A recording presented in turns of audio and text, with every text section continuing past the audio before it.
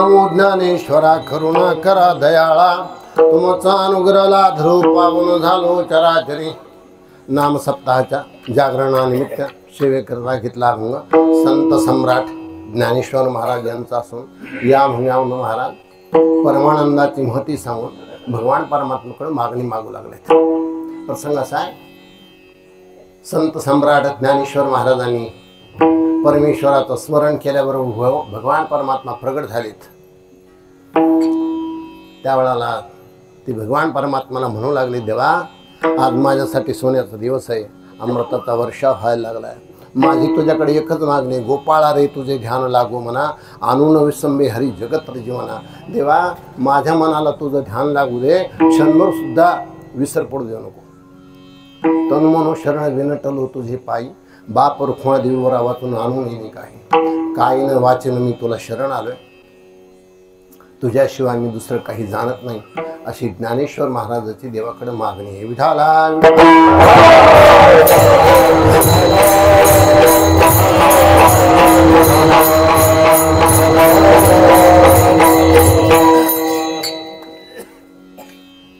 जीवनामध्ये अशा दोन गोष्टी आहेत ज्या प्रगट झाल्याशिवाय राहत नाहीत।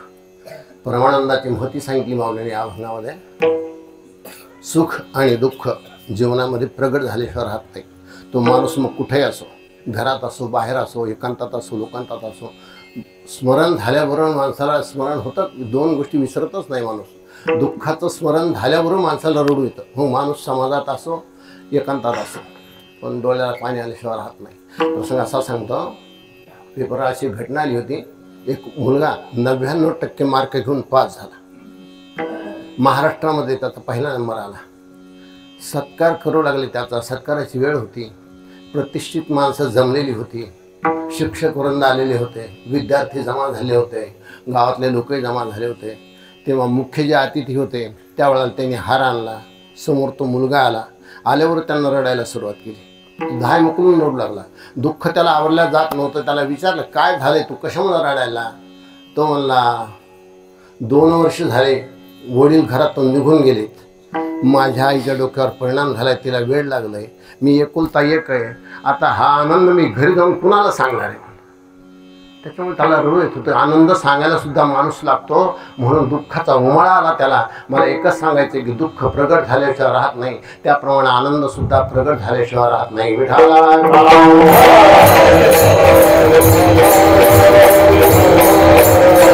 म्हणूनच माणसं परीक्षेमध्ये पास झालेले विद्यार्थी आपला आनंद पेढे वाटून साजरा करतात। सोयरीकून आलेली माणसं टिळे लावलेले असतात, त्यांचे चेहरे आनंदानं फुलून गेलेले असतात। निवडून आलेले माणसं गुलाब उधळतात, टाळ्या वाजवतात, त्यांचा गजर होतो, जय जयकार होतो, रस्त्यानं ते आनंदात नाचत चाललेले असतात। जागृतीतच माणसाचा आनंद प्रगट होतो, दुःख प्रगट होतं अशातला काही प्रकार नाही। माणूस जरी झोपलेला असला तरी पण आनंद आणि दुःख प्रगट झाल्याशिवाय राहत नाही। म्हणूनच लहान मूल झोपेत एखाद्या वेळेला रडतं, एखाद्या वेळेला हसत असतं, माणूस एखाद्या वेळेला दचकून जागा होतो झोपेतून, कारण त्याला वाईट स्वप्न पडलेलं असतं। झोपेत सुद्धा सुख दुःख प्रगट झाल्याशिवाय राहत नाही। माणसाचं दुःख सुख दुःख प्रगट होतं अशातला काही प्रकार नाही। जनावराचं सुद्धा सुख दुःख प्रगट होतं, फक्त त्यांना वाचा नाही एवढंच आहे, नाहीतर ते सुद्धा सुख दुःख आपलं प्रगट केल्याशिवाय राहत नाही। घरात पाळलेला कुत्रा मालक आल्याबरोबर शेपूट हलवी समोर येतो, ज्या वेळेला मालक त्याला हात लावेल तेव्हा त्याचं समाधान होतं आणि ते बाजूला होतं, तोपर्यंत होत नाही ते। घरात पाळलेली मांजर दुधाची गुंडी पाहिल्याबरोबर म्याव म्याव करीत पायामध्ये घुटमळते, तिला आनंद होतो की आता आपल्याला दूध मिळणार आहे, म्हणजे ती सुद्धा आनंद आपला व्यक्त करते। याच्या पुढे जाऊन सांगतो, गाढवं सुद्धा त्या ठिकाणी आनंद झाल्यानंतर उकेरड्याहून जो लोळते, 4 पाय वर करतात आणि मोठ्यानं आरडतात। याच्यापेक्षा पुढे जाऊन सांगतो, कीर्तनाहून ज्यावेळेला आम्ही गावाकडे जातो, घराकडे जातो, त्यावेळेला कित्येक गाढवं रस्त्यावर पडलेले असतात, त्यांना बाजूला करावं लागतं एखादं, त्याच्याकडून पुन्हा काही गाडी जाईल एखादी म्हणून। काही गाढवं, मला हेच गाढवं सांगायचे, ते नाही गाढवं सांगायचे, ते असातला प्रकार आहे। माऊलीनं ते याच्या पुढे जाऊन सांगितलंय। माऊली म्हणले, माणसं जनावरं सुख दुःख व्यक्त करीत यात काही नवल नाही, वनस्पतीकडून सुद्धा सुख दुःख व्यक्त केलं जातं। का कमलकंदा आणि दरदुरी मला दुसरं द्यायचंय विठाला विठाला कमल कलिका झाले पुणे हृदयीच्या मकरंदा राखोने दे राया रंका पारणे आमुदाचे फुलाची उमलत असलेली कडी ज्या वेळेला उमलते त्यावेळेला ती सुगंधाचा वर्षाव करीत असते. सुगंध तिच्या वाटत त्या ठिकाणी जात असतो. गरीबाला श्रीमंताला ती सुगंध देत असते. अनुभवाचं उदाहरण सांगतो तुम्हाला, सगळ्याच्या परिचयाचं आहे. लाजाळू नावाची वनस्पती असते, तिला हात लावल्यावर तिचे पानं मिटतात. बाजूला घेतली पुन्हा पानं हे होते, पुन्हा तिला हात लावले पानं मिटतात. म्हणजे वनस्पतीला सुद्धा सुखदुःखाची जाणीव होते, हे लक्षात ठेवा. विठाला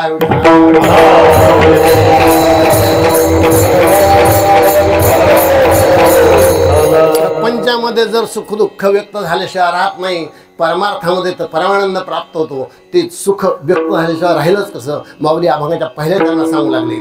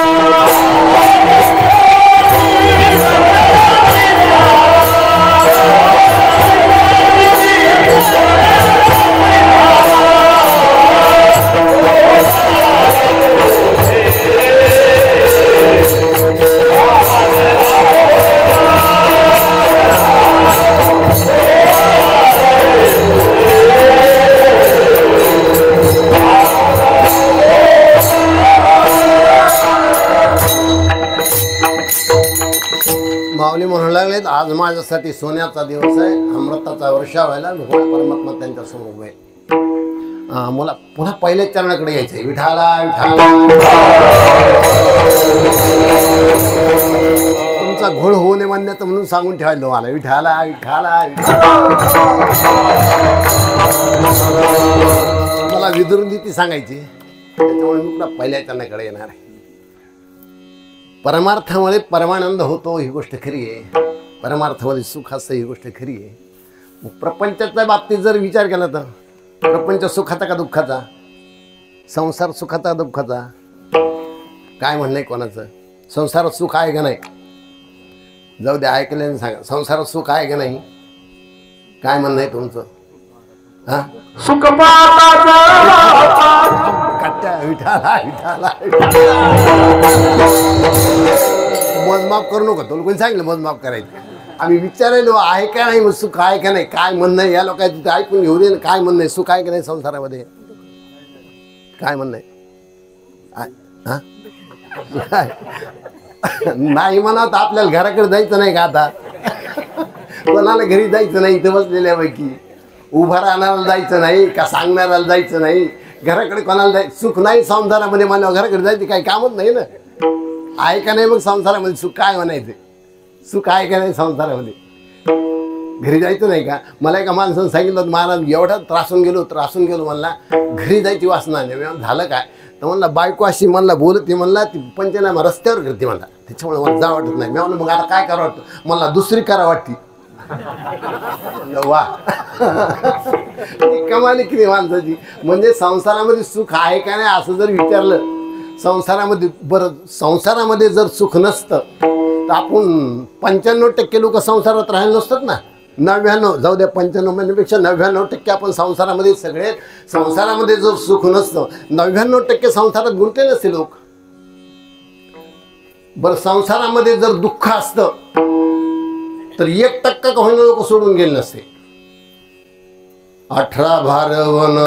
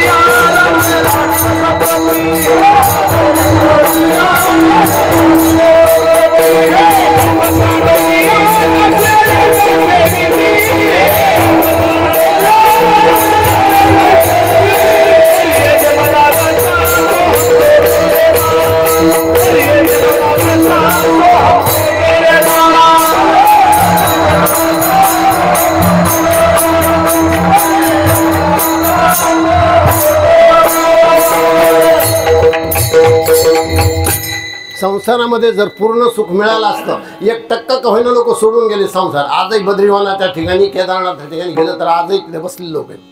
वास्तविक पाहता आपल्या अंगावर तरी कपडे, त्यांच्या कपडे सुद्धा आहे. इथं गारवा कमी आहे, तिथं थंडी महामूर थंडी आहे, तरी पण त्यांच्या अंगावर कपडा नाही. रात्रंदिवस ते जागे आहेत, नामस्मरण नामचिंतन चालू आहे, एकांतात बसले. 1% का होईना लोक संसार सोडून गेले. त्या अर्थी संसारात सर्व सुख नाही हे लक्षात ठेवा. पण दुःख आहे असं म्हणायचं जर सोय नाही, दुःख आहे असं जर म्हणत आपण 99% लोक संसारात राहिले नसतो. या बाबतीत विदुर नीतीनं चांगलं एक चिंतन सांगितलं आहे. 6 गोष्टीचं ज्याला प्राबल्य मिळतं त्याला संसारात सुख मिळतं, नाही तर मिळत नाही. पहिली गोष्ट त्यांनी सांगितली पैसा. पैशाशिवाय व्यवहारामध्ये पान हलत नाही. बस कोणतंच काम होत नाही. सगळ्याची सोंग करता येते पण पैशात सोंग करता येत नाही. आणि जगामध्ये पैशावाल्याला खूप किंमत आहे, काय म्हणायचं काम नाही. लहान असो मोठा असो त्या ठिकाणी फक्त पैसा. म्हणून हिंदीमध्ये मी नेहमी सांगतो एक म्हण आहे, गधा होणार मगर पैशावाला होणार. असला प्रकार माणूस कसा आहे द्या, मूर्ख द्या, पण पैसा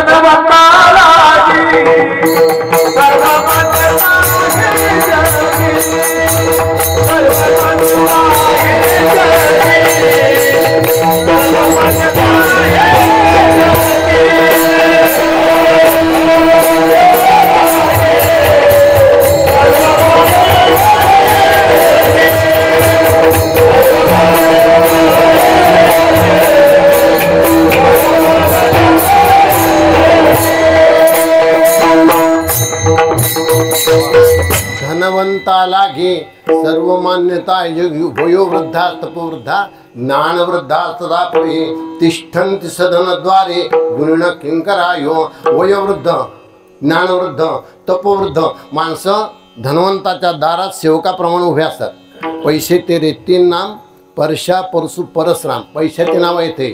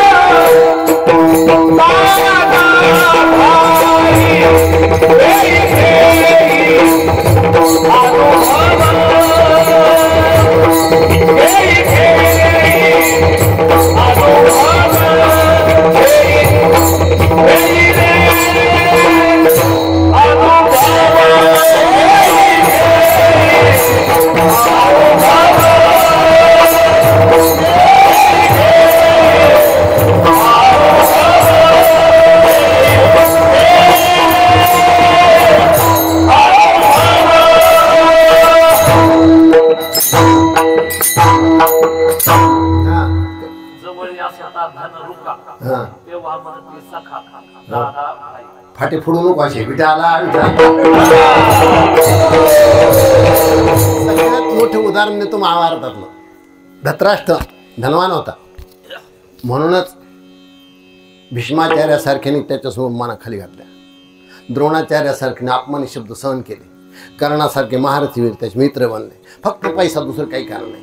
त्याच्या हातावर धनदेश होते म्हणून त्याला यज्ञाच्या वेळाला भांडार ग्रह त्याच्याकडे ताब्यात दिलं होतं. सगळ्याला वाईट वाटलं होतं पांडवाकडल्याला. कौरवाकडल्याला आनंद झाला होता. ज्यावेळेला देवाला विचारण्यात आलं असं काय केलं, तू आमचा दुश्मन आहे, शत्रू आहे, त्याला तुम्ही भांडार ग्रहावर घातलंय. ते म्हणजे तुम्हाला माहीत नाही, मला जे माहिती आहे ते. त्याच्या हातावर धनदेश आहे, त्यानं कशाला हात लावला तर दुप्पट होणार आहे. किती वाटायचं त्यानं वाटू द्या, कमी होत नाही. माणसं काही काही भाग्यवानच असते तसे. म्हणून म्हणते ना माणसं चांगल्या पायाची लागाव विठ्ठल.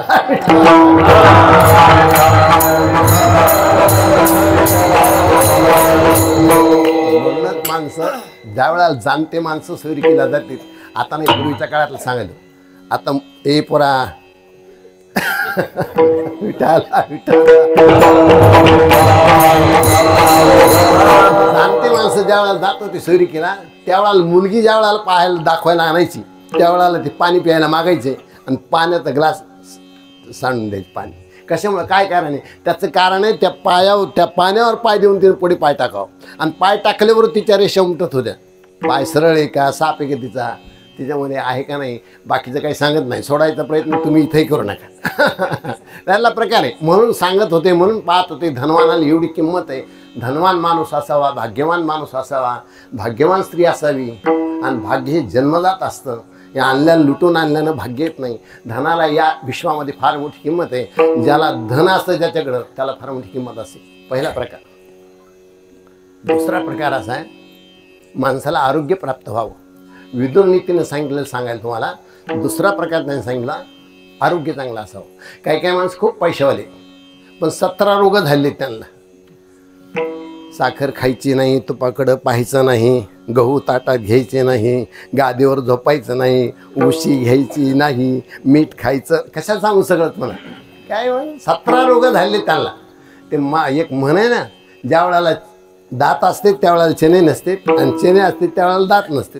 आरोग्याचा प्रकार एक प्रत्येकाला लाभतोच असायला काही प्रकार नाही. आणि काही काही माणसाला विचारा तुम्हाला काय जमतं, ते म्हणले फक्त वाळू जमत नाही, काही आणा आपल्याला पचत. काय म्हणायचं काम नाही. काय म्हण काय त्याला खायचं नाही असायला काहीच प्रकार नाही, फक्त वाडा म्हणतात. काय असेल ते वाढ काय म्हणतात. काय काय म्हणजे हे खायचं नाही ते खायचं नाही. म्हणजे आरोग्य प्राप्त होणं हे सुद्धा भाग्य लागते त्याला. निधान जोडा वया भाग्य घडेगा धनंजया, परी जोडीले भोगा वया विपाय होय. धन माणूस जमा करीन पण ते भोगायसाठी सुद्धा प्रारब्ध लागतं, अदृष्ट लागतं. ते भोगायला मिळावं लागतं. भोगायला एखाद्या वेळेला मिळत नाही. आरोग्य चांगलं माणसाला मिळत नाही. तिसरा प्रकार विधून नीतीने सांगितलं, बायको प्रेमळ मिळावी. सगळ्यात प्रेमळ असतात अशातला काही प्रकार नाही, आणि सगळ्यात बेकार असतात अशातला काही प्रकार नाही. मला अजून गावात यायचे रोजच. तसं काही समजू नका. प्रेमळ असत्यातच असला काही प्रकार नाही. काही काही प्रेमच नसतं, काही नाही. मालक जेवले का नाही याचा पत्ता नाही तिला. ही आपली जेवण तरबेज झाली असती. तिला विचारा, अरे हे काय स्वयंपाक करता करता, अरे मी म्हणले काय चाललंय? ती म्हणली नाही मग मीठ कसं कळन? अरे वा, ते मग तू खाऊन पाहते का मीठ कसं कळन? म्हणलं त्याला काही प्रकार नाही. तर काही काही अशा असतात, तुम्हाला मी लाजले, उपासीने दिले, सहज बसले, खांबासीन 12 खाल्ल्या, थेंबासीन तुम्हाला मी लाजले. कशाला लाजली? काय करते? मला काही नाही, काय नाही. या बाबतीत जिजाबाईचा जर विचार केला तर जिजाबाई तुकोबाराय जेवल्याशिवाय जेवत नव्हत्या, कधीच नाही. मग तुकोबाराय कुठं असोत, दररोज एका डोंगरात तुकोबाराय फिरत होते. कुठं जातील कुठं बसतील याचा नेम नाही. त्यांची जागा ठरलेली नसायची. कोणत्या डोंगरावर जातील याचा नेम नाही. कुठं जाऊन बसतील याचा नेम नाही. जायला पाऊल वाट नाही. लक्षात ठेवा, आपल्याला रोळलेला रस्ता लवकर मेळ बसत नाही. जिजाबाईने काय करायचं? अधिकार तेवढाच होता, मात्र लक्षात ठेवा, ज्या वाटानं तुकोबाराय गेलेत त्या वाटानं रामकृष्ण ध्वनी ऐकायला मिळायचं. त्यांनाच फक्त ऐकायला मिळायचं की तुकोबाराय कोण्या वाटाने गेलेत. रामकृष्ण ध्वनी त्यांच्या कानावर यायचा. जी वाट रामकृष्ण ध्वनी म्हणते तिथून त्या जात होत्या आणि बरोबर तुकोबारायला गाठीत होत्या. तुकोबारायला जेवू घालायच्या आणि नंतर जिजाबाईनं जेवायचं. याला म्हणते प्रेमळ. लक्षात ठेवा, काही नाहीत अशातला काही प्रकार नाही. आहेत जगामध्ये माया मावल्या आज सध्या आहेत. सध्या लक्षात ठेवा, घडलेली घटना सांगतो. मी परतूरला 5-6 वर्षाची गोष्ट आहे. मी परतूरला 6 वाजता आलो होतो. मला गावाकडे यायचं होतं, मेळ लागणं गेला. माणूस एक भेटला.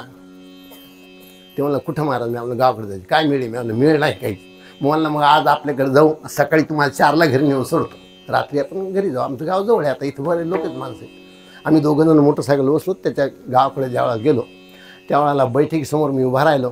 तो दारासमोर गेला, त्यानं कडी वाजविली, दार उघडलं, बायको समोर आली. द्रष्टादृष्ट झाल्यावर भांडणाला सुरुवात झाली. बापरे, कडकी सुरू झाली. ती बाई अशी तापली की पाहायचं काम नाही. तो खून येत होता, हां महाराज येत, हां. आणि तिला काही समजतच नव्हतं. ती आपल्या जोशात होती. चांगला पट्टा सुटला तिचा. मी म्हणलं थोडा वेळ ऐका, आपणही बाजूला राहावा. आपण गेल्यावर पुन्हा बंद होईल तिचं बोलणं. पोलीस शिरत नाहीत भांडणात, आपण महाराज येत, आपण घ्यायला जा भांडणात, थोडं थांबा. मी बाजूला बाहेर तिथे बोलणं ऐकत होतो. त्यावेळेला ती म्हणत होती, तुम्हाला जर परतूरला जायचंच होतं तर रात्री मला सांगायचं काम होतं तुमचं. मी तुम्हाला सकाळीच करून घातलं असं ना जेवायला. जायच्या वेळेला जर तुम्ही म्हणला असता तर ताबडतोब तुम्हाला दिले असती, दशमी करून खाऊ घातली असती. जायच्या वेळेला तुम्ही म्हणला असतात मला की मला गडबड येत आणायची, तर मी दशमी कोणाकडे डबा पाठवला असता. तुम्ही तोंड धुतलं तू कुठं गायब झालं तर मला वेळ नाही लागला. तुम्ही गेल्यापासून मी पाणी नाही पिलं अजून. याच्यापेक्षा प्रेम कोणतं असायचं? मी समोर आलो, मी म्हणलं याला असं नाही समजायचं. तू एक तिकून काठी घे, मी इकून काठी घेतो, हाणतो याला. तुम्ही इतक्या प्रेमळ असतात की त्या बाईनं पाणी पिलं नव्हतं, हे गेलं तसं बेला मस्त खाल्लं पेलं होतं आणि पान खाऊन आलं होतं, रंगून आलं होतं. मी म्हणलं आता रंग यायला पुन्हा पंचायत नाही. असे काही काही पण प्रेमळ असतात, लक्षात ठेवा. बरं, काही काही प्रेमळ असतात. चौथा प्रकार सांगतो. प्रेमळ असतात पण फटकळ असतात. काही काही प्रेमळ पण बोलायला कडक भाषेत. जिजाबाई कडक होते बोलायला. काय म्हणायचं काम नाही. कुठं पंचनामा ज्या प्रेम लावतात त्या बोलतातच. माणूस सहजासहजी बोलत नाही. कुठंतरी त्याला डाग लागलेला असतो म्हणून बोलावं लागतं माणसं, म्हणून बोलतात माणसं. प्रेमळ असतात. चौथा प्रकार विदुरनीतीनं सांगितलं, काही स्त्रिया प्रेमळ असतात पण धडाकेबाज असतात, कडक शब्द. तुकोबारायला विचारलं तुमचं काय म्हणणं आहे या बाबतीत? देवाला म्हणले बरं झालं ना दिरीस कडक म्हणून. चांगलं झालं. बरे झाले देवा बाई, बरे झाले देवा बाई,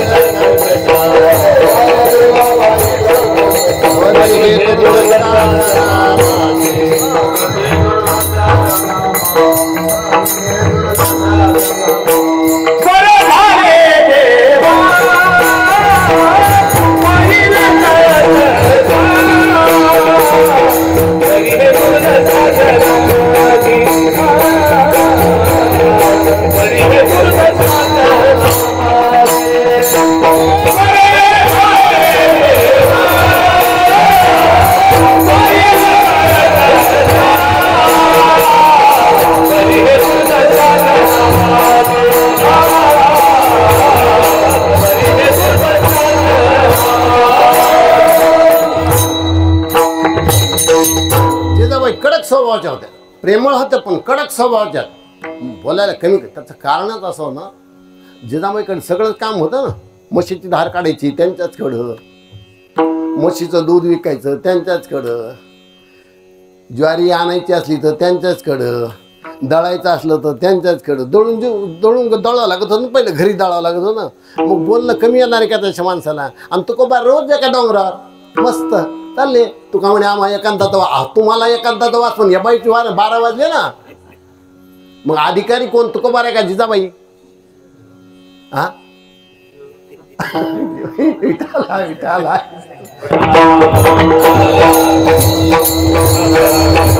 तुकोबाराला मंबाजीवानं काठीनं मंबाजीवानं काठीनं मारलं, कुत्रनं विचारायला आलं. आणि जिजाबाईला काटा मोडला पाय तर स्वतः भगवान परमात्मा आले काटा, पायातला काटा काढायला. मग अधिकारी कोण, तुकोबार आहे का जिजाबाई? जिजाबाई. विठाला विठाला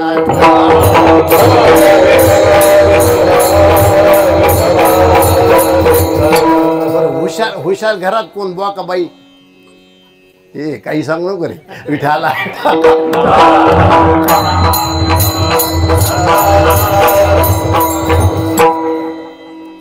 बाया हुशार असून सुद्धा मूर्ख नवरे त्यांच्या पदरात पडते, किती दुर्दैव आहे. आम्ही एकदा यात्रेला गेलो होतो पंढरपूरला. माझ्यावर होती काळेगावचा होता. सो काय नाव त्याचं, काळेगाव. नको सांगू, जाऊ दे. आम्ही ज्या वेळेला तिथं गेलो त्यावेळेला सहज मनामध्ये आलं की विठ्ठल रुक्माईची मूर्ती घ्यावी. त्याच्या बायकोनं मी पाहून दमलो, पण मेळ काय लागला आम्हाला चांगला. अखेर शेवटला कोणती आणली ते पसंतच करेल ते म्हणा. हे मी म्हणलं आता तिला म्हणलं आपण दोघं जण राहू, यालाच आणायला मूर्ती. आणि आपण दोघांनी कोणती आणली तर म्हणायचे चांगली असं म्हणायचं, एवढंच म्हणायचं. त्यानं मूर्ती अशी आणली की आम्ही दोघं जण एकदम म्हणतो वा काय छान आणली. मी तिच्याकडे पाहतच राहिलं. मी म्हणलं आपण म्हणलं होतं, ते म्हणलं तुम्ही म्हणलात, मी म्हणले झालं मला. पण हुशार कोण असं जर म्हणलं, मी म्हणलं एवढा हुशार असून त्याच्या पदरात अशी नव्हती पडायला पाहिजे. ती म्हणली मग तुम्हाला काय म्हणायचं मला. मी म्हणलं मला काही नाही म्हणायचं. लक्षात ठेवा, काही प्रेमळ असतात पण कडक स्वभावाचे असतात. विदुरनीतीनं 5वा प्रकार सांगितला. 5वा प्रकार संतती आज्ञाधारक मिळावी लागते. पहिला प्रकार सांगितला की माणूस त्या ठिकाणी धनवान असावा लागतो. दुसरा प्रकार सांगितला आरोग्यवान असावा लागतो. तिसरा प्रकार सांगितला बायको प्रेमळ असावी लागते. चौथा प्रकार सांगितला ती गोड बोलणारी असावी लागते. 5वा प्रकार सांगितला संतती आज्ञाधारक असावी लागते. सगळ्याच्याच पदरात पडते अशातला काही प्रकार नाही. मोठं पाप वाटायला येतं. बापाचा कारभार मुलाला पटत नाही. जे असावं ते असत नाही. त्यानं जे मिळवले याला त्याची किंमत वाटत नाही. काय नाही वाटत. काय कसं कमवले ते म्हणतो हाडाची काढे केले नाही तुझ्यासाठी, एवढं कमवले त्याची तुला किंमत नाही वाटत माणसाला. काय वाटत नाही त्या मुलाला, त्याच्याबद्दल काही वाटत नाही. तुमचं आमचं सोडून द्या. नाथ महाराज जर विचार केला, हरिपंडितच नाथ महाराज क्षणवरही जमत नव्हतं. हे ना, हरिपंडित अनाधिकारी होता अशातला काही प्रकार नाही. हरिपंडित सुद्धा महान अधिकारी होता. तत्वाचा विचार असतो, वेगवेगळा विचार असतो. की यांचा जर विचार पाहिला नाही त्या विटाळ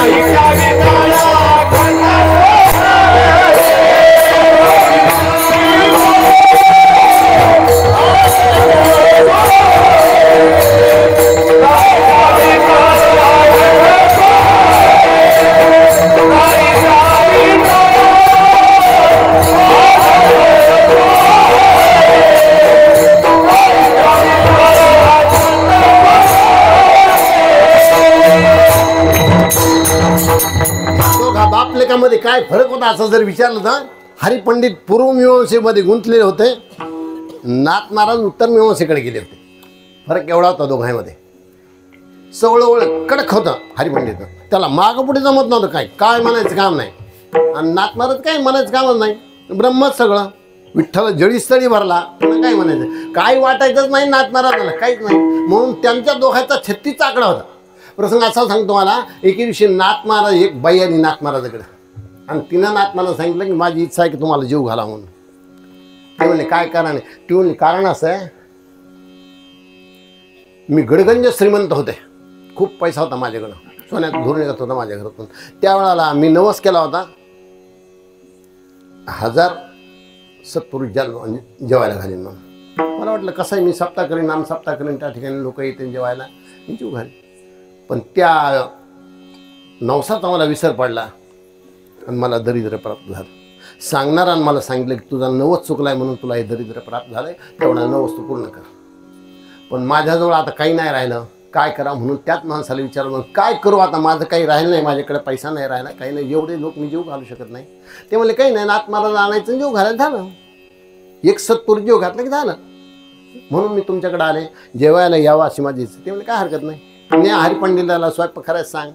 हरिपंडिताला घेऊन गेली, हरिपंडितांनी स्वयंपाक केला, स्वयंपाक तयार झाला. नाथ महाराज जेवायला बसले, जेवण अर्ध्यात आलं. नाथ महाराज विचारलं तुमच्याकडे काय केलंय?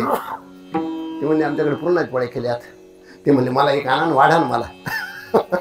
हरिपंडितात लाल झाले. हरिपंडित बोलतेत कसे बोलले नाहीत, पण राग आला झाला, मला पण राग आला. अरे बापरे, मी सवळ्यात पाणी आणलंय गंगेचं, मी स्वयंपाक करायलो, सकाळपासून परेशानी, आणि ही आता जेव्हा अर्ध जेवण झाल्यावर पूर्ण एक पोळी मागायली आणि मला कशाला करायला लावलं? बोलले नाही काही. नाथ महाराज लक्षात आलं गेला राग आलाय म्हणून. नाथ महाराज काही म्हणले, आणली पूर्णाची पोळी, वाडा वाडा म्हणले, मला खायची म्हणले. त्या बाईनं वाढली पूर्णाची पोळी आणि खाल्ली. जेवण झाल्यानंतर ज्या वेळाला पाताळ उचलायची वेळ आली, त्या बाईला नाथ महाराज सांगितलं आता तुम्ही एक काम करा, टोपला आणून ठेवा, आमचा हरिपंडित त्याच्यामध्ये पत्राळी उचलून ठेवीन, तुम्ही नंतर बाहेर नेऊन टाका. हरिपंडिताला राग आला होता, पण करतो काय, बोलत नव्हता काही. त्या बाईनं टोपला आणून ठेवलं. पत्राळ ज्या वेळेला उचलली पहिली, त्यावेळेला दुसरी पत्राळ तयारच होती. दुसरी उचलली त्यावेळेला तिसरी पत्राळ तयारच होती. 1000 पत्राळी उचलल्या, ती बाई नेऊन टाकत होती. हरिपंडित उचलला तेव्हा नाथना त्या हरिपंडिताला कळलं एवढा अधिकार बाप लेकाचं जमत नाही, याच्यातच जमत नाही. मुलाला बापाचं समजतच नाही, तर जमायचा काही संबंधच येत नाही.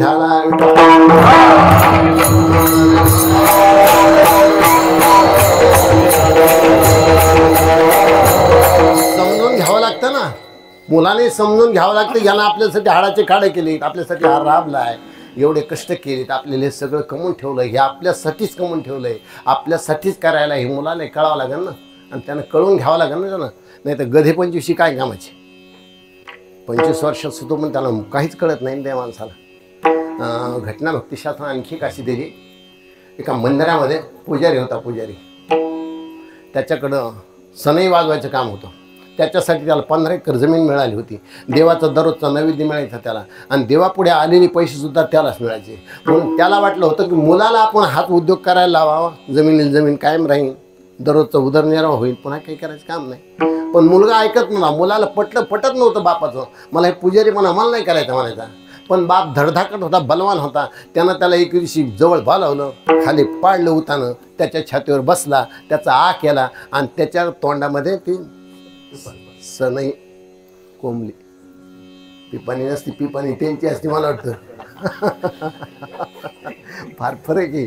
नाद, छंद आणि कंड मानण्यामध्येच फरक आहे. विठाला विठाला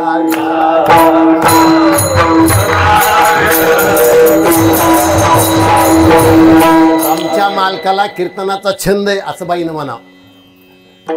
त्यानं म्हणावं हिला TV पाहायचा नादच आहे, त्यानं म्हणावं. दुसरा शब्द काय वापरू, तिसरा पुन्हा कंड म्हणायचा. विठाला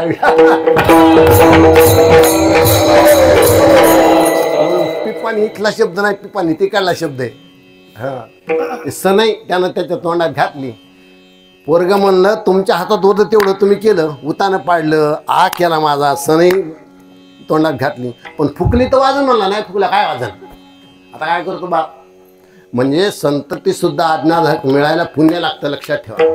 पूर्वपुण्येशी या विद्या, पूर्वपुण्येशी धनम, पूर्वपुण्येशी या भार्या, अग्रे धावती धावत. बायको चांगली मिळायला सुद्धा पुण्य लागतं, बाईला नवरा चांगला मिळायला सुद्धा पुण्य लागतं, संतती आज्ञाधारक असायला पुण्य लागतं. 6वा प्रकार सांगितलाय विधुनीतीनं, ते म्हणले जी विद्या आपण संपादन केली ती विद्या पोट भरण्यासाठी कामी यावी. नाही तर मी असे काही डॉक्टर पाहिले की डॉक्टर आहेत पण माशामारीत बसतेत, पेशंटचा पत्ता नाही. मला सकाळपासून एकच पेशंट आला, पुन्हा आला नाही. वकील होते काही काही, कोणी येत नाही त्यांच्याकडं, लक्षात ठेवा. विद्या प्राप्त करून घेते, चांगले असते.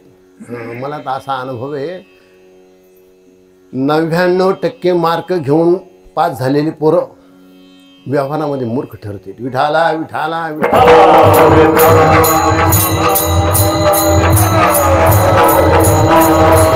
शिक्षण झाल्या व्यवहार जमतोच अशातला काही प्रकार नाही. आणि ज्याला व्यवहार जमतो ते शिकलेलाच असं असलेला काही प्रकार नाही. एखाद्या वेळेला होतं तसं. पण विधुनीतीनं हा जो 6वा प्रकार सांगितला, जी आपण विद्या संपादन केली ती आपल्याला पोट भरण्यासाठी कामी होईल. आणि हे 6 जे प्रकार सांगितले विधुनीतीनं फार थोड्या लोकांच्या नशिबाला येते. म्हणूनच तुकोबाराने सांगितलं, संसारामध्ये सुखाचा जर विचार केला, सुख किती संसारामध्ये मोजमाप तुकोबाराने त्याच्यासाठी करून ठेवलंय की दुःख पर्वता एवढं आहे आणि सुखाचा विचार केला तर सुख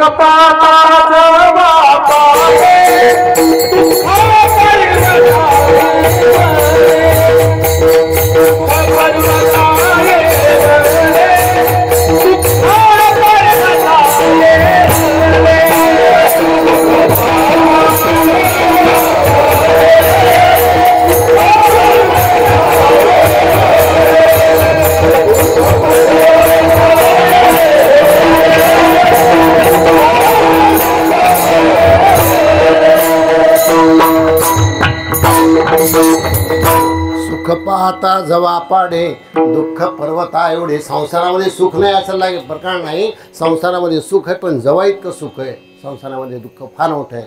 परमार्थाचा जर विचार केला, परमार्थामध्ये परमानंद फार मोठा आहे. संसारामध्ये अदृष्टवशात सुख दुःख मिळतं, लक्षात प्राप्त होतं. आणि परमार्थाचा जर विचार केला तर प्रयत्नानं सुख प्राप्त परमानंद प्राप्त होते. एरवी सहजासहजी होत नाही.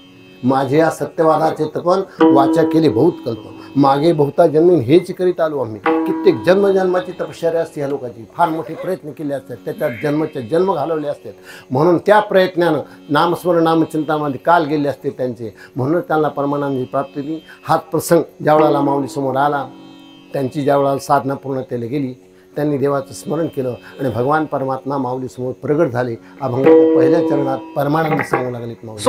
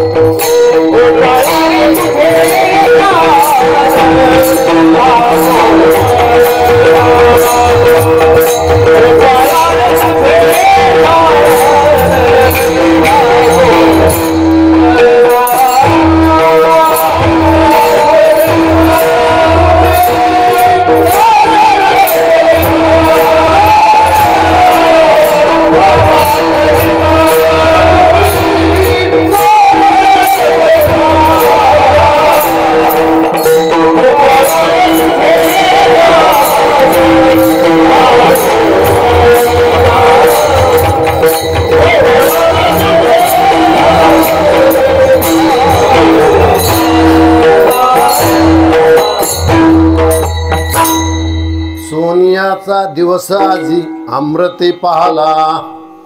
सोनं धातूमध्ये सगळ्यात मौल्यवान आहे. तांब, पितळ, लोखंड हे तरी त्याला काही एवढीशी किंमत नाही, सोन्या इतकी किंमत नाही. सोनं फार मोठी किंमत आहे सोन्याला. त्याचं कारण असं आहे, लोखंडाला माती खाते पण सोन्याला माती खात नाही. किती दिवस जरी जमिनीत राहिलं तरी सोनं माती खात नाही, लोखंडाला माती खाते. सोनं एवढं मौल्यवान आहे, एवढं मौल्यवान आहे की आज त्याची सगळ्यात किंमत जास्त आहे सोन्याची.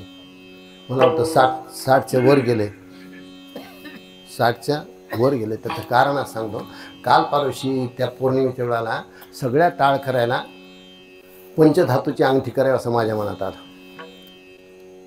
पण मला आतापर्यंत असा अनुभव आहे की त्या सोनाला जर सांगितलं पंचधातूची अंगठी करतं ते त्याच्यात लोखंडच टाकतो, सोनं किती टाकतो ते त्याला माहीत काही नाही, तांबपितळ टाकतो. म्हणून मी काल त्याला सांगितलं की मला वाटतंय वेड्याची करावं आणि प्रत्येकाची तार वेगळी करावं.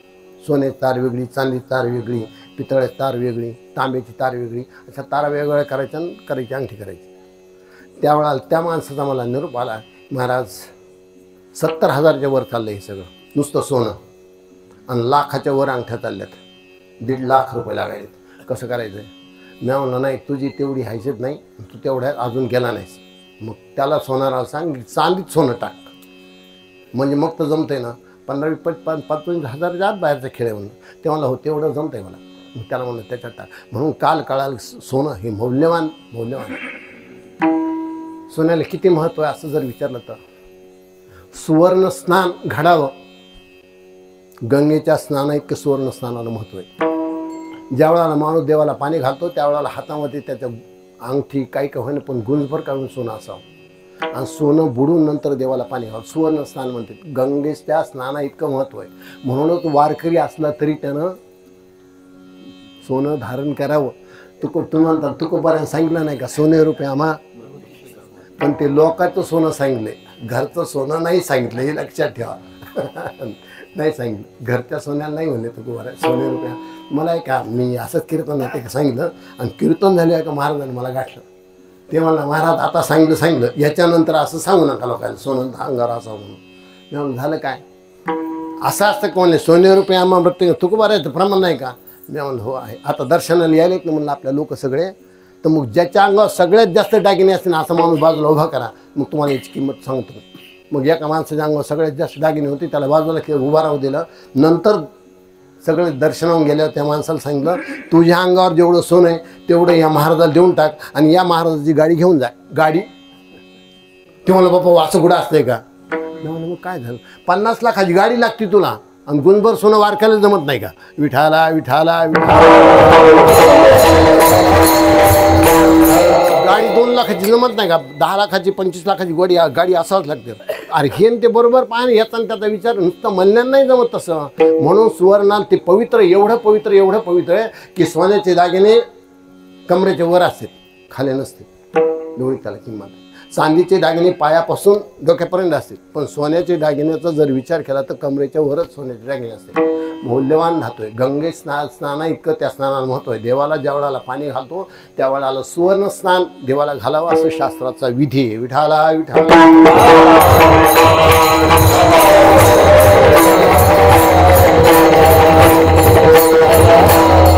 तयार कसं झालं असं जर विचारलं तर आख्यायिका अशी मजेदार आहे त्याची. अर्धी आख्यायिका तुम्हाला माहिती आहे, अर्धी आख्यायिका मी सांगतो तुम्हाला पुढची. अर्धी आख्यायिका सगळ्याला पाठ आहे.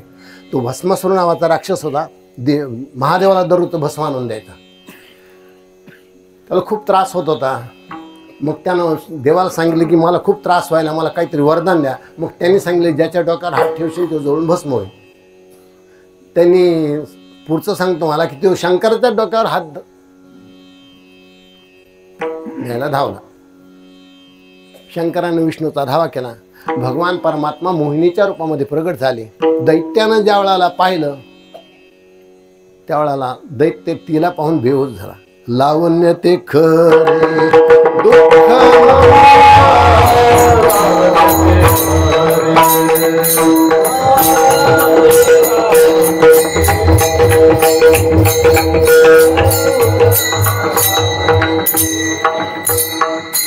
दृष्टीरूपे मरण इंद्रियाच्या द्वारे, दृष्टीरूपे मरण इंद्रियाचे द्वारे, दृष्टीरूपे मरण इंद्रियाचे द्वारे, दृष्टीरूपे मरण इंद्रियाचे द्वारे, दृष्टीरूपे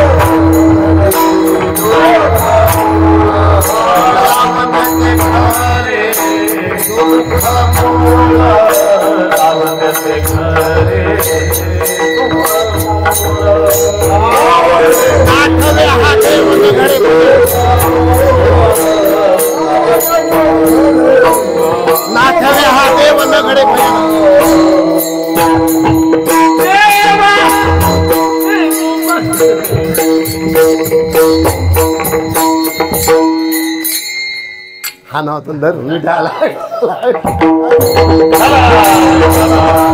दृष्टीरूपे मरण इंद्रियाच्या द्वारे लावण्य ते खरे दुःख म्हणून नाठवे हा देव न घडी भजन लालचावली मन आवरण स्त्रियाचा तो संग नको नारायण अभंगाचं पहिले जण विठाला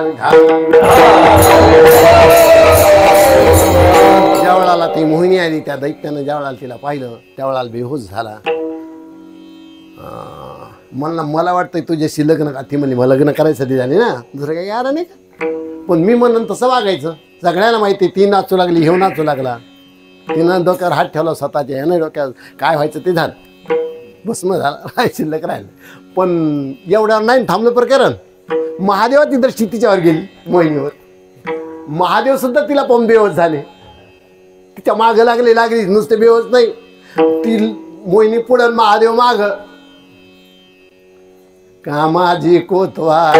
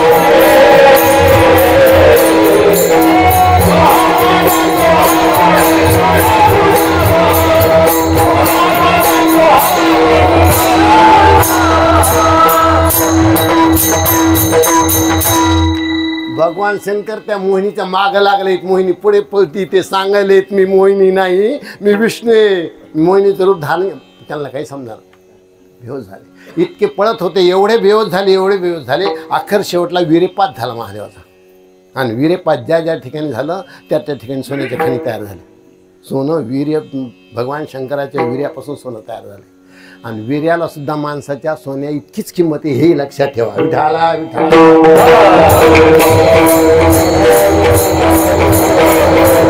सोन्याची निर्मिती या प्रमाणात झाली म्हणून सोनं एवढं मौल्यवान धातू आहे निर्मिती तशी झाली त्याची सोनं तरी तुमच्या आमच्या पाहण्यात आहे तुमच्या आमच्या दृष्टीत येत आहे तुम्ही आम्ही त्याला खरेदी करू शकतो पण दुसरं जी उपमा दिली अमृताची ती अमृत अजून कोणी पाहिलं नाही कोणाच्या दृष्टीला पडलं नाही कोणी अजून त्याचं प्राशन केलं नाही का हो म्हणून बरं करायचं झालं तर इथं होतं का तिकडे गेल्यावर होतं स्वर्गवासी झाल्यावर इथं नाही ते काही नाही मौली म्हणू लागले देवा आज अमृताचा वर्षाव व्हायला माझ्या सोनियाचा आज सोनियाचा वर्ष अमृताचा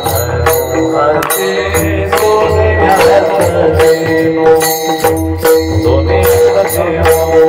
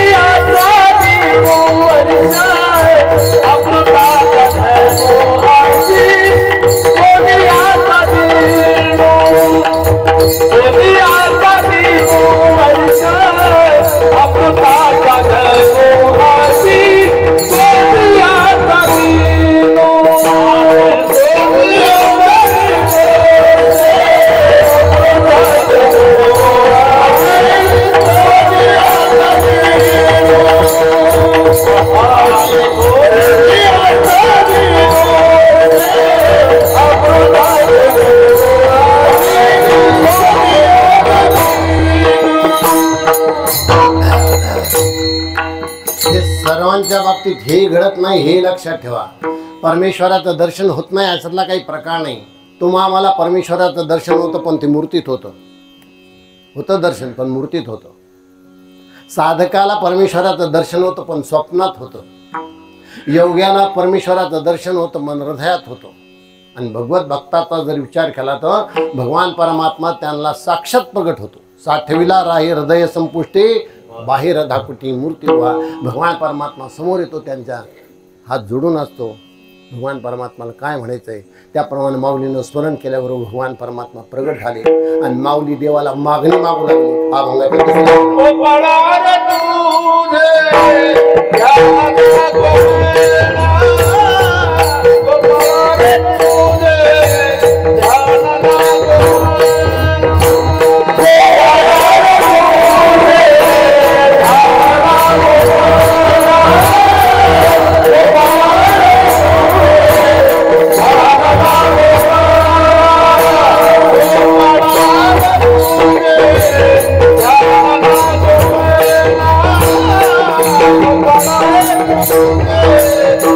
हा तीन द्यायचं का दोनच द्यायचं चालेल.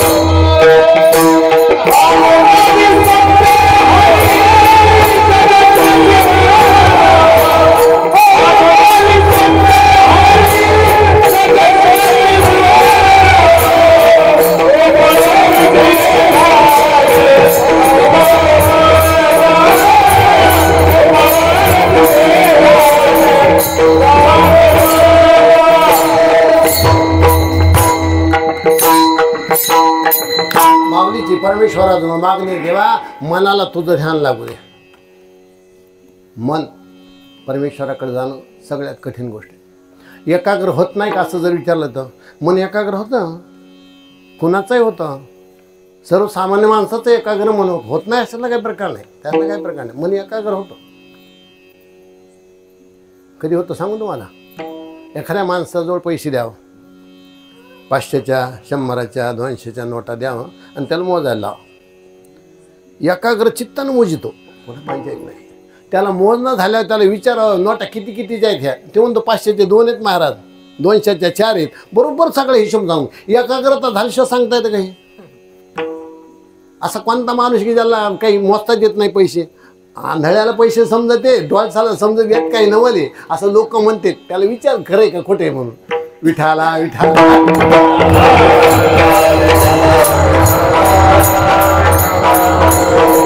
दुसरा प्रकार सांगतो मला एकाग्रतेचा. भांडणं लागा, एकाग्र होते माणसं भांडणामध्ये, बेहोश होते. विचार भांडणं करणारे बेहोश होते काही नवल नाही, पाहणारे बेहोश होते. काल परशी आमच्या गावात भांडणं सुरू झाले. एक पळत पळत आलं, खड्डं होतं समोर, त्याला माहित नाही, खड्ड्यात पडलं पायच मोडला त्यात. धन्य. अरे ते मला नाही मी तिकडे पाहत होतो. इतकी एकाग्र होती माणसं. भांडणात पाहणारे जेवायला तरी 3 डबाला जावं लागतं लोकायला, चला चला म्हणा. भांडणं लागल्यावर बोलवायला जायचं काम पडत नाही, आपोआप समाज जमवतो. इतकं विशेष एकाग्रता माणसाची होत नाही असं, पण परमार्थात होत नाही. माशी सगळीकडे बसेन पण विस्त्यावर बसत नाही. सगळीकडे घाणीवर सुद्धा बसती माशी पण विस्त्यावर बसत नाही. विस्त्यावर बसली पण शिल्लक राहत नाही. तसा मनाचा विचार आहे, मन सगळीकडे जातं पण परमेश्वराकडे जात नाही. आणि ज्या वेळाला जातं ते त्या वेळाला शिल्लक करत नाही. परत माघारी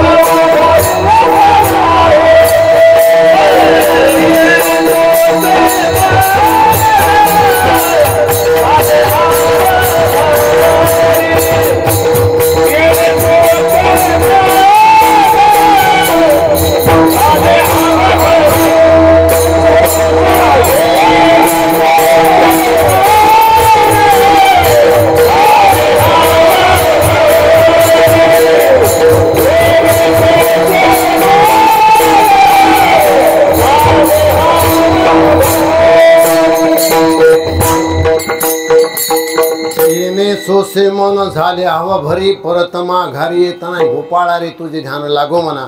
आणून विसंबे क्षणभर सुद्धा मग तू विसरत नाही मन. परमेश्वराकडे एकदा झालं की ते लीन होतं. वैष्णव संप्रदायामध्ये अशी कथा आली. वैष्णव संप्रदाय म्हणजे आपल्या वारकरी संप्रदायाचा संप्रदाय. त्या आपल्या संप्रदायाला जेवढं महत्त्व आपण देतो तेवढंच त्या संप्रदायाला तेवढंच महत्त्व. मोठा संप्रदाय, अधिकार संपन्न लोक आहेत त्याच्यामध्ये सुद्धा. आपण ज्या वेळाला नगराभोवती फिरतो त्याला आपण प्रदक्षिणा म्हणतो आणि ते परिक्रमा म्हणतात. फरक एवढाच आहे. आपण ज्या वेळाला प्रदक्षिणा झालं तर प्रवचन कीर्तन करतो त्याप्रमाणे ते सुद्धा करतात, त्याला ते दरबार म्हणतात. फरक बोलण्यामध्ये फरक आहे, बाकी काही नाही. अधिकारी लोक आहेत. त्याप्रमाणे गोकुळामध्ये त्या संप्रदायाचे लोक आले आणि त्यांनी परिक्रमा केली वैष्णव संप्रदाय लोकांनी आणि त्यांचा दरबार भरला. म्हणजे एक सत्पुरुष त्या ठिकाणी विवेचन करीत होता, सांगत प्रवचन करीत होता आणि लोक ऐकत होते. तितक्यामध्ये गोकुळातला एक गोपाळ शेतातून आला होता. डोक्यावर भुसाचं पोतं होतं. त्याला वाटलं आपण ऐकावं थोडा वेळ. आहे चाललंय तर थोडा वेळा श्रवण करावं नंतर जावं म्हणून ते भुसाचं पोतं खाली ठेवलं त्यानं, टाकलं त्यानं. त्या भुसाच्या पोत्यात ते बसलं. उंच आसन झालं त्याचं. जे प्रवचनकार होते ते थोडे खाली होते. ज्याचं आसन उंच झालं कारण ते भुसाच्या पोत्यावर बसलं होतं ना. थोड्या वेळात त्यांचं लक्ष गेलं याच्याकडं, त्या गोपाळाकडे. त्यांना राग आला. सगळे लोक खाली बसले, हे माझ्यापेक्षा उंच बसलं. त्यावेळेला त्यांनी विचारलं तुम्ही कोण. त्या गोपाळा विचार तुम्ही कोण. गोपाळाला वाटलं वा हे सगळे नवीन आलेत, मी गोकुळातला आहे आणि मलाच विचारायले तुम्ही कोण. अरे मी इथं नाही ना, तुम्ही कोण म्हणत. ते गोपाळाला राग आला. ते मला तुम्ही कोण. त्या महाराजाला विचार तुम्ही कोण. त्यावेळेला त्या महाराजा वाटलं अरे बापरे हे सवाशीर भरला आपल्यापेक्षा. ते थोडा शांत बसले. ते म्हणले आम्ही अनन्य आहेत. अनन्य कोणाला म्हणतात माहिती आहे का म्हणले. भगवतचरणी जे लीन झाले त्याला अनन्य म्हणतात. आम्ही अनन्य आहेत. तू कोण मग आता. ते म्हणलं मी फनन्य. काही शब्द आहे का हे. ते म्हणले अनन्य हो. त्याला विचारलं. ते म्हणलं मी फनन्य. पाणी शब्द आहे पण गिनी कुठं शब्द आहे का. पण ते मला फनन्य. ते म्हणले फनन्य म्हणजे काय. ते म्हणलं अनन्य म्हणजे काय. त्याने विचारलं पण अनन्य म्हणजे काय. ते म्हणले सटवाई म्यासाई बिरोबा खंडोबा कोणाला मानित नाहीत आम्ही, फक्त एका कृष्णाला मानतो म्हणून आम्ही अनन्य. ते म्हणला तुम्हाला तरी ते नाव माहीत येतं, मला तर ते नाव सुद्धा आम्हाला गोकुळवासीला माहीत नाही, आम्हाला कृष्णच माहिती आहे, म्हणून आम्ही फनन्य. तुम्ही जे अनन्य आहेत ना, तुम्ही बाकीचे देव तुम्हाला माहिती आहेत, पाठ आहेत का लोकांचे नावं, तरी आम्हाला त्या देवाचे लोकसुद्धा नावंसुद्धा पाठ नाही. आम्ही एकच सांगतो श्रीकृष्ण परमात्मा, याच्याशिवाय आम्हाला काही दिसत नाही. आमच्या गवळणी गोकुळात दही दूध विकायला गेल्या तरी त्या दही घ्या दूध घ्या म्हणतच नाही. गोविंद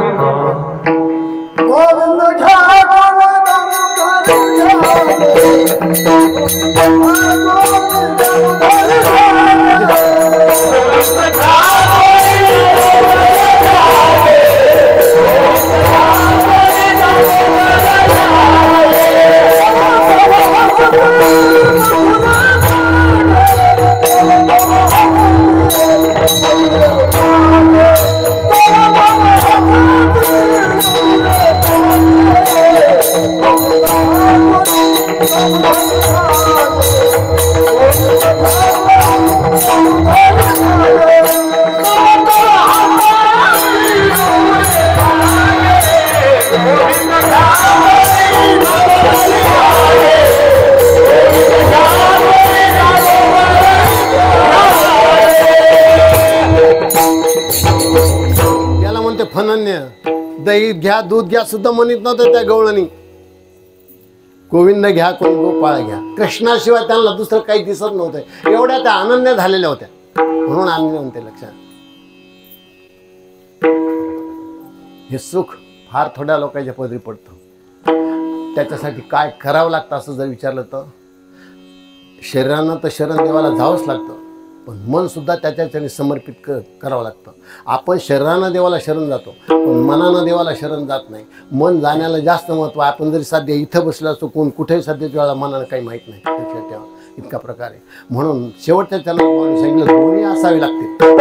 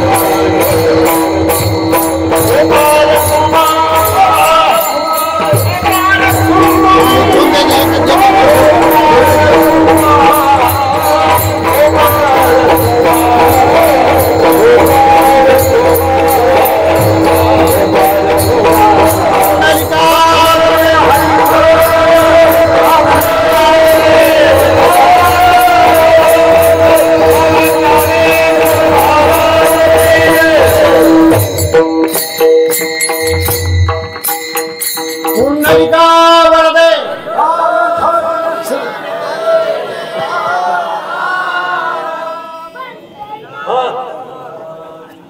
नाही जमलं, जेवणे जास्त झालेत का तुमचे? पुंडलिका वरदे श्री ज्ञानदेव माऊली ज्ञानेश्वर गोपाल कृष्ण भगवान. करायचं ज्ञानेश्वर माऊली विठाला विठा.